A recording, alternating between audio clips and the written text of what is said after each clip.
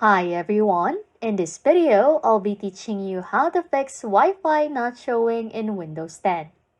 First things first, ensure that the Wi-Fi key on your laptop isn't accidentally disabled.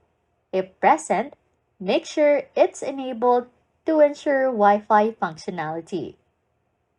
Then, you can open the Services app by locating WLAN Auto Config and ensure that it is set to automatic and running.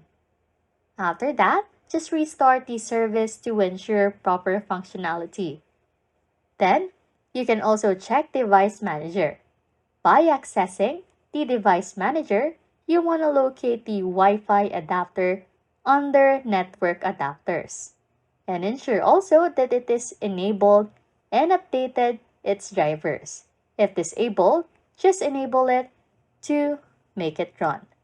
Anyways, if you like content like this, don't forget to subscribe to this channel or comment down below any tutorials you want us to make so we can help you.